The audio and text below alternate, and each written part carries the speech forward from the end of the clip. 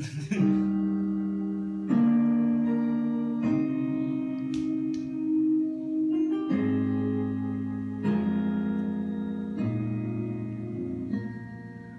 câu nói em muốn chia tay, anh đã biết sẽ đau đớn như vậy, và nước mắt đó vẫn rơi không thể ngừng lại.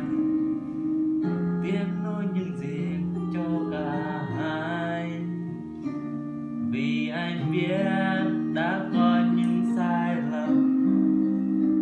Dù anh đã cố giữ lấy em đến vô cùng, và anh đâu muốn chúng ta kết thúc như vậy, nhưng có lẽ đã đến lúc buông tay.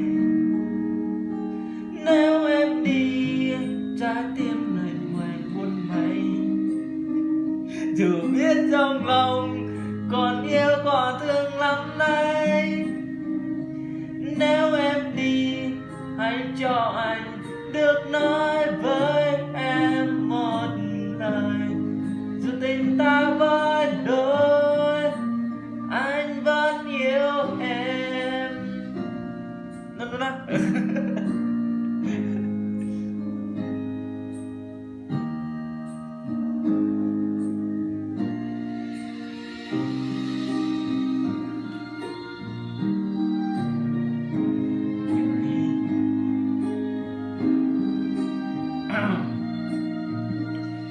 ngày chia tay phố bên có mưa rơi, từ dòng mưa mang theo những yêu dấu yêu vời, và anh sẽ cố bước qua, sẽ sống tốt thôi.